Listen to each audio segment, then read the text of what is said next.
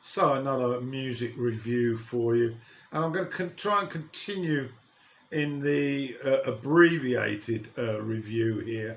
I'm not going through every track on the album to try and cut down the length of them. This one anyway is no better than this.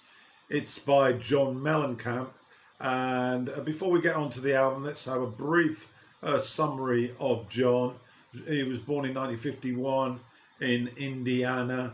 He's a musician, singer, songwriter, painter, actor, political activist for sure, and his type of music is very much the American heartland rock sound with traditional instrumentation involving the use of banjos, fiddles, accordion and harmonica, and giving it very much a sort of southern style with a touch of Cajun and also rockabilly sound.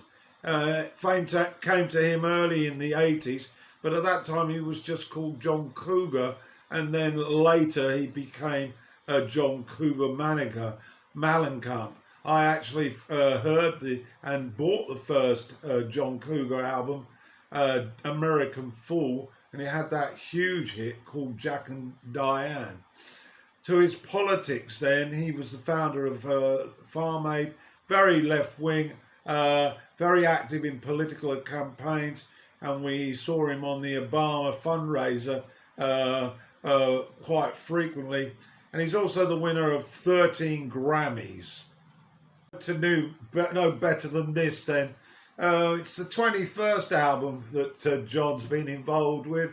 On this one, he's got T-Bone Burnett producing the album, and it was particularly intriguing because he chose various historical recording places to record the music, and it was in a very mono type stripped back sound to try to recreate that sort of late 50s sound.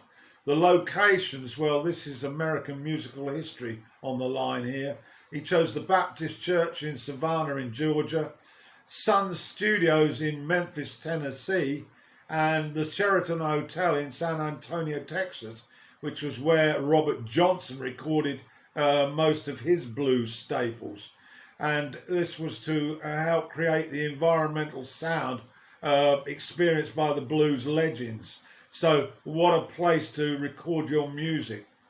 Get to this album then that was recorded in 2010. As I say, I'm only going to dabble into some of the tracks and not doing them all, although I will try and get as many of the lyric sheets in, and there'll also be a link in the description to the music on YouTube, which appears now to be comprehensive in its catalogue of music to try and beat the bootlegger. Track one then, Save Some Time to Dream. This is real laid back, folksy, bluesy styles music, and it was one that was premiered actually at that Obama fundraiser mentioned earlier.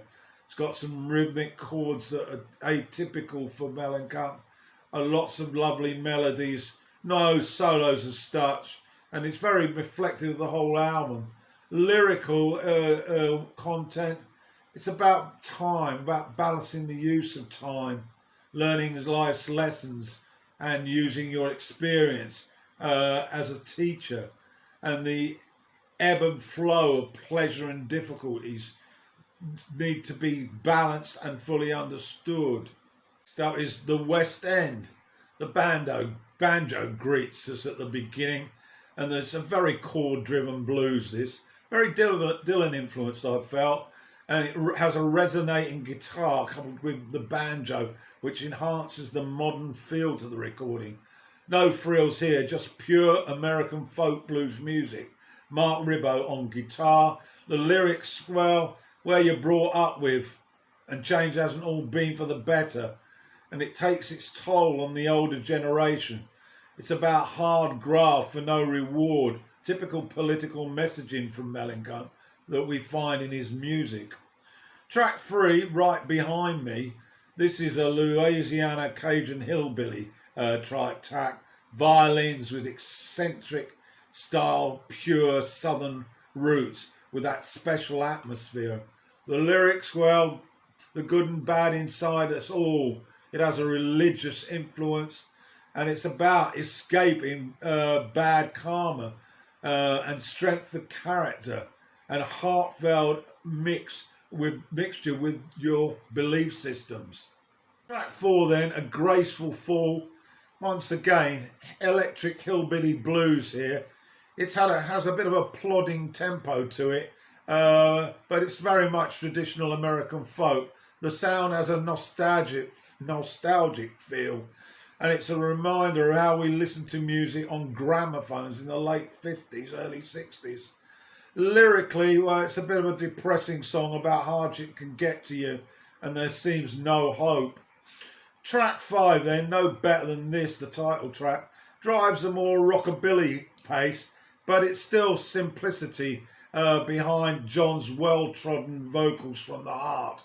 Mellencamp's music has always got that feeling of honesty, no pretentiousness here, just like his politics, and you get what you hear. To track 6 now, Thinking About You. This is an acoustic track with John's vocals, very much a folk blues track, very Dylan-ish, and it's about a stirring love story. It's very simple and very effective. Last track I'm going to look at then is 7, which is there's 12 tracks in total on the album, so just about half commented here. Coming Down the Road. It's straight out of National this month. Earthy drums and bass, no frills, just straight rockabilly American music. If you like twangs and short guitar breaks, this will suit you down to the ground. I like it in small doses, to be honest. Sounds like the mono that Mellencamp wanted to capture is really to the full here, and it's very 50s in its authenticity. So that's my brief little glimpse at this album. I played it a few times. It takes a bit of getting into, for me anyway, as Americana rockabilly music is not my first love. But one has to acknowledge that this man delivers what an audience wants. And this is a very solid piece of work. So that's my review of No Better Than This by John Mellencamp, released in 2010.